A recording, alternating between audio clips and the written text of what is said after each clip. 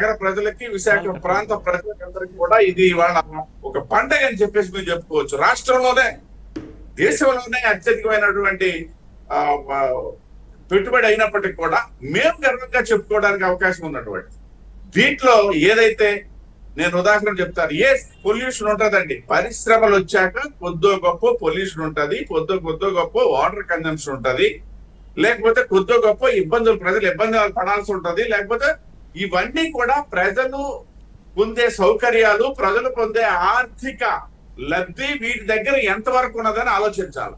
ఉదాహరణకి ₹1,00,000 ఒక చిన్న కుటీర పరిశ్రమ ఏం అక్కర్లా, మిరపకాయలు దంచుకొని ఆ పొడి ప్యాకెట్ చేసి అమ్ముకునేటువంటి పరిశ్రమ పెట్టాలంటే ₹1,00,000 అవుతుంది. అక్కడ పొల్యూషన్ రావట్లేదా అని నేను ప్రశ్నిస్తున్నా. అలా అని చెప్పేసి ఆ పరిశ్రమను ఆపేస్తావా?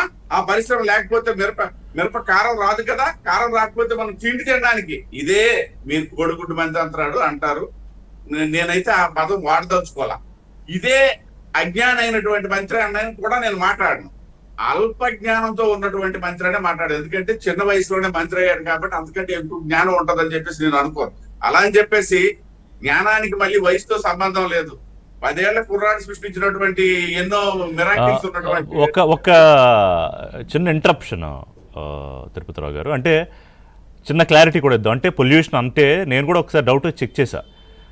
ఇది AA+ డేటా సెంటర్ క్యాంపస్ కాబట్టి మ్యానుఫ్యాక్చరింగ్ సెంటర్ కానీ మ్యానుఫ్యాక్చరింగ్ యూనిట్ కానీ కాదు కాబట్టి ప్రత్యక్షంగా ఇండస్ట్రియల్ వేస్ట్ కానీ స్మోక్ కానీ కెమికల్ పొల్యూషన్ కానీ ఉండదు. బట్ వేరేస్ దీనికి చాలా మ్యాసివ్ స్కేల్లో ఎలక్ట్రిసిటీ అండ్ వాటర్ అవసరం కాబట్టి దానికి సంబంధించిన ఎన్విరాన్మెంటల్గా సరిగ్గా మేనేజ్ చేయకపోతే కొంత ఇర్రెస్పాన్సిబుల్గా ఉంటే చిన్న డిస్టర్బెన్స్ ఉంటుంది తప్ప otherwise it own generate any pollution. అంటే చిన్న క్లారిటీ ఇద్దామని అంతే మన ఆడియన్స్ కూడా.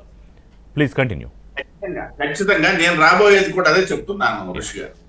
ఇప్పుడు నేను ఇందాక ప్రస్తావించాను, ₹1,00,000 పెట్టుబడి పెట్టిన దానికి వచ్చినటువంటిది, ₹1,00,00,000 పెట్టుబడి పెట్టిన దానికి వచ్చినటువంటిది, అలాగే 1,40,000 కోట్లు 33,000 కోట్లు పెట్టిన దానికి, అంటే ₹1,00,000 వచ్చిన పొల్యూషన్ చూసుకుంటే ఈ 1,33,000 కోట్లతో వచ్చినటువంటి పొల్యూషన్ అవ్వచ్చు, వాటర్ కన్జంప్షన్ అవ్వచ్చు. ఇది ఏ లెక్కను చూసుకున్నా సరే, విజయ్ గారు చెప్పారు దాంట్లో డేటా నేను మళ్ళీ పోదలుచుకోవాలా. ఏ లెక్కను చూసినా సరే ఉదాహరణకి ₹1,00,00,000 పెట్టుబడులతో వచ్చినటువంటి 133 ఫ్యాక్టరీలు కానీ లేదా కంపెనీలు కానీ విడుదల చేసే పొల్యూషన్ కంటే కేవలం 20% కంటే దాటదు అనేది కూడా ఒక అంచనా ఉన్నది. కేవలం 20%. అంటే ₹1,00,00,000 పెట్టుబడి పెట్టి వచ్చినటువంటి 133 కంపెనీలు కనుక నుండి వచ్చినటువంటి పొల్యూషన్ లో 20% దాటి గూగుల్ సెంటర్ కి. పైపెచ్చు వీళ్ళు తీసుకున్నటువంటి డేటా, ఇది టెక్నికల్ డేటా నేను చెప్తాను, వీళ్ళు తీసుకొని ఏదైతే వాటర్ కన్జంప్షన్ లేదా పొల్యూషన్ డిస్టర్బెన్స్ ఇవన్నీ కూడా ఎప్పటివి 10-15 ఏళ్ల కిందట డేటాను బేస్ చేసుకొని దానికి కొంత యాక్ట్ చేసుకొని, కొంత కాదు 200% యాక్ట్ చేసుకొని చెప్తున్నటువంటి పెద్దలు వీళ్ళంతా.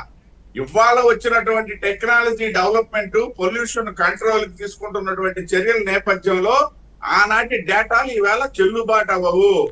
దానికంటే చాలా తక్కువ పొల్యూషన్ ఉంది. ఈవెన్ మన ప్రాంతం ఇప్పుడు మా శ్రీకాకుళం జిల్లా ఉంది, మాకు చెప్పుకోదగినటువంటి పెట్టుబడులు రావు. వచ్చినవి ఏమైనా ఉన్నాయంటే విష్తుల్యమైనటువంటి పరిశ్రమలు 10-15 ఏళ్ల కిందట వాటి నుండి విడుదలైనటువంటి ఏదైతే ఈ పొల్యూషన్ ఉందో ఇవాళ పొల్యూషన్ కంట్రోల్ బోర్డు తీసుకుంటున్నటువంటి చర్యల ద్వారా అది సగం తగ్గించబడింది ఋషి గారు.